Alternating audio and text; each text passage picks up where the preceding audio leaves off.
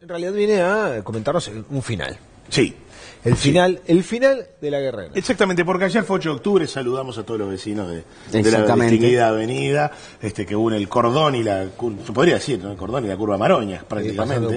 De la Gran Barrera de la Unión. Claro, exactamente. Exactamente. Y bueno, y hoy vamos a hablar del 8 de octubre en la historia de nuestro país.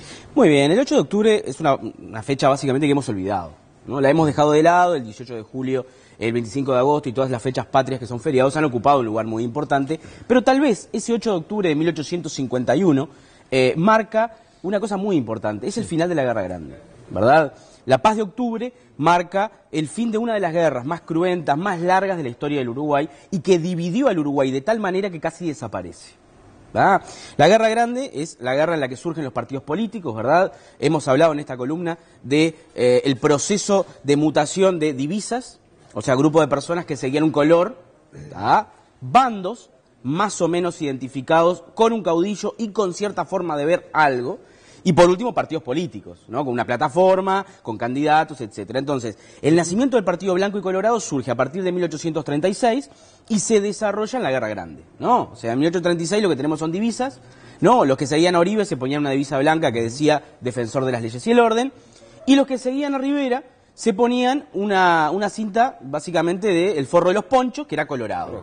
Habían inicialmente elegido el celeste, pero no tenía inscripción esa cinta. No tenía inscripción, pero se desteñía el celeste. El sol, la lluvia desteñía y parecía blanco, por lo tanto parecía el enemigo. Entonces se ponían básicamente del forro de los ponchos. Se cuenta que en la batalla de Carpintería, el 19 de septiembre de 1836, Oribe gritó, desenvuelta los ponchos, ¿no? Al grito de desenvuelta los ponchos, ahí quedó los colorados como colorados. Entonces, la Guerra Grande básicamente tiene dos grandes etapas. Una primera etapa de 1839 a 1843, la cual se da... ¿Quién gritó eso? ¿Quién gritó de vuelta a los ponchos? Rivera. Ah, Rivera, está por Rivera. Por eso.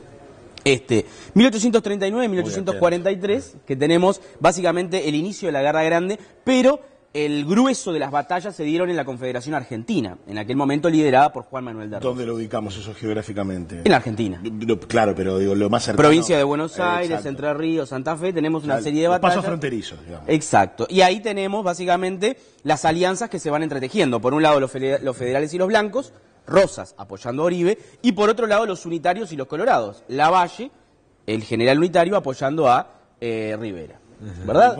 En cuanto a números, en cuanto a fuerza, hombres, ¿eran más en ese entonces por cantidad la unión de federales y blancos que unitarios y colorados? Seguramente eran mucho más los federales y los blancos.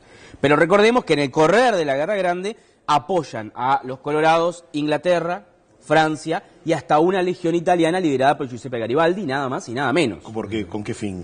El fin de Inglaterra y Francia era doblegar a Rosas. Rosas se había convertido en gobernador de Buenos Aires y por ende de toda la Confederación Argentina. Era un hombre americanista, era un hombre desde el punto de vista económico proteccionista. La Argentina por primera vez tuvo una balanza comercial favorable y antiimperialista, por lo tanto no quería la entrada de Inglaterra y Francia a los asuntos de América Latina. Claro, por lo tanto, era una intención paralela a lo que era el conflicto entre los blancos y los colorados de acá. Exacto, digo, la Guerra Grande vendría a ser como la primera guerra mundial del siglo XIX, en la cual de alguna manera se están jugando otras fichas que no tenían que ver con los blancos y los colorados, que simplemente eran una chispa que había iniciado un incendio muy importante, en el cual, entonces, repito, Inglaterra y Francia por intereses obviamente económicos, comercial en América Latina, y bueno, Garibaldi porque era Garibaldi, porque era un héroe de dos mundos, porque era un masón libertario, que andaba por todos lados buscando dónde pelear por la libertad, o por lo que él creía que era la libertad. No me va a quedar quieto, llegué acá, estoy acá, precioso. Hay que pelear. Absolutamente. Yo siempre digo una cosa que obviamente se va a pelear la gente y me encanta, yo digo que Garibaldi era el Che Guevara del siglo XIX. ¿Mirá? Bueno, lo cual, de alguna manera, tiene cierta concordancia con las fechas que estuvimos manejando hoy de la muerte de Che Guevara. La muerte del Che Guevara. ¿Por qué? Garibaldi iba haciendo también focos de guerrilla en diferentes lugares. En diferentes lugares, pero peleando por lo que él concebía lo que era la libertad. Porque, si de alguna manera, si nosotros tomamos el siglo XVIII y parte del siglo XIX, la lucha era por la libertad, ¿no? Por lo tanto, o por la concepción que tenían ellos de libertad, y mucho más que eran masones. Hablando de Garibaldi, un masón importantísimo, un maestro masón importantísimo. Entonces, de alguna manera hay una relación entre esa lucha en Brasil, esa lucha en la banda oriental o esa lucha en la unificación italiana en busca de la libertad. Y bueno, el Che Guevara nadie puede negarlo. Fue un luchador de la concepción que él creía de igualdad a través de una ideología que era el marxismo. Y bueno, ¿y dónde peleó? Y peleó en Cuba, y peleó en el Congo, peleó en Bolivia. O sea, de alguna manera también andaba alzando gente en diferentes lugares por justamente esa revolución. Volvamos a claro, una guerra, como decías, de años, un conflicto que involucró a otras naciones. ¿Qué lleva a poner fin? Muy bien. El fin de la guerra pasa básicamente de 1839 al 43. Yo le dije que la guerra era en la nación argentina. Sí. Bueno, del 43 al 51 se da el sitio grande. O sea, las fuerzas aliadas blancas invaden y sitian Montevideo, ponen en el Cerrito su base de operaciones. El pueblo de la Unión, que se llamaba Villa de la Restauración, se convierte en el pueblo donde vive la gente. La calle principal era General Artigas. Y en la defensa, ¿quiénes estaban? Estaban los colorados, los ingleses, los franceses, etc. ¿Qué es lo que termina sucediendo? Bueno, en 1849 y 50, un excelente diplomático de Rosas, que se llama Felipe Arana, logra que se vayan los ingleses y los franceses, se retiran de la plaza. Y con ellos se retira el dinero que dejaban en la defensa y además sus fuerzas. Felipe Arana era un crack negociando. Uno lee los documentos y la verdad logra arreglos espectaculares. Por lo tanto, los colorados y los unitarios quedan huérfanos de ayuda internacional.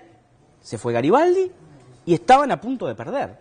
Porque los blancos y los federales seguían firmes en el sitio, ¿verdad? Pero ¿qué sucede? Hay dos jugadores que entran al final del partido que cambian el partido. ¿Y son? Y son Entre Ríos, que en aquel momento se había convertido en una provincia antirrosista, liderada por Justo José de Urquiza, un gran caudillo entrerriano, y por otro lado Brasil.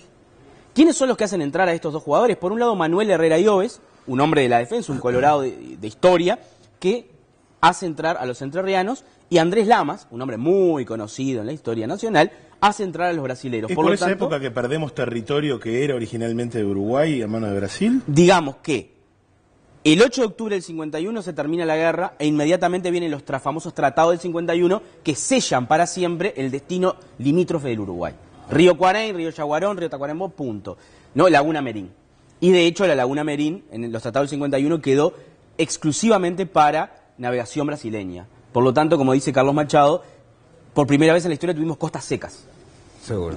Pero bueno, el fin de la guerra tiene que ver con la entrada de estos dos que apretan a blancos y federales. Obviamente que ahora tenían 3 frentes para pelear, por lo tanto decide Oribe, como buen caudillo, negociar. Y la negociación es, me rindo. El 8 de octubre de 1851 se da la Paz de Octubre, que termina con una frase que ha sido, creo yo, mal utilizada por las personas que de alguna manera revisitan el pasado reciente, que es no habrá vencidos ni vencedores. ¿Por qué está mal utilizada? Yo creo que está mal utilizada porque, digamos, a la salida de la dictadura, muchos ministros y muchos políticos estaban en la política de parecernos a la Guerra Grande y decir, bueno, terminó esta pero la dictadura no fue la Guerra Grande.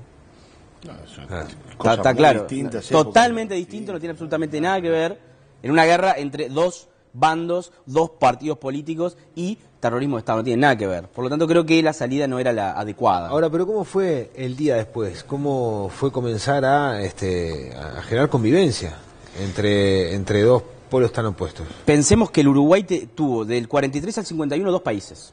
Uno con capital en la Unión, en Cerrito de la Victoria en realidad, el otro con capital en Montevideo, que era solo Montevideo, la defensa, desde las murallas a la península de la Ciudad Vieja actualmente, y el otro era todo el Uruguay. Tenía 2 países con diplomáticos, con departamentos en el caso de los blancos, con presidentes diferentes o gobernantes diferentes, con impuestos que se cobraban cada uno, ¿no? Entonces, cuando se termina la guerra hay que unirlo todo eso. Claro. Fue muy traumático. Pero igual la paz no duró mucho. No duró mucho, fue muy traumático. ¿Por qué? Porque después de la Guerra Grande se apuntó a la política de fusión. Los doctores apuntaron a que el problema eran los partidos. Por lo tanto, ¿qué hicieron? Prohibieron los partidos. Y entonces intentaron, por el poder mágico de las palabras, terminar con una realidad que estaba absolutamente sostenida en 12 años de odio y muertes. Porque se había pasado 12 años peleando, ¿no? Entonces venían los doctores y Andrés Lamas venía y te decía, bueno, ya no hay más partidos. Y vos le decías, pero pará, yo peleé 12 años, murió toda mi familia. Claro, pero ya no hay más partidos. Vamos a abrazarnos no. O sea, de alguna manera lo que termina sucediendo es que los partidos se fortalecen aún más, ¿verdad? La política de fusión fue un fracaso.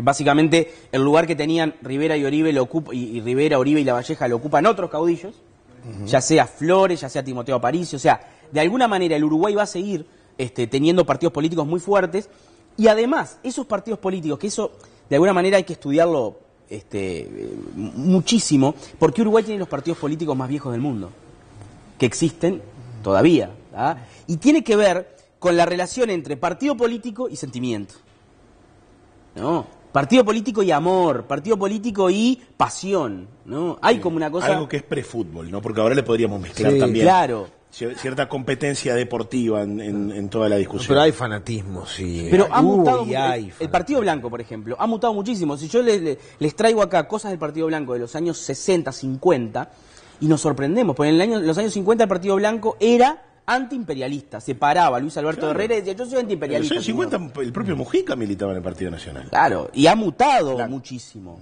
O si traemos acá la reforma agraria que quería llevar adelante Wilson Ferreira Aldunate, yo creo que hasta Asamblea Popular se sonroja. Claro. Un ejemplo muy gráfico y contundente. Muy gráfico. Entonces, de alguna forma han mutado, pero la gente sigue a los partidos. Y Uruguay tiene como eso, porque el Frente Amplio también tiene eso.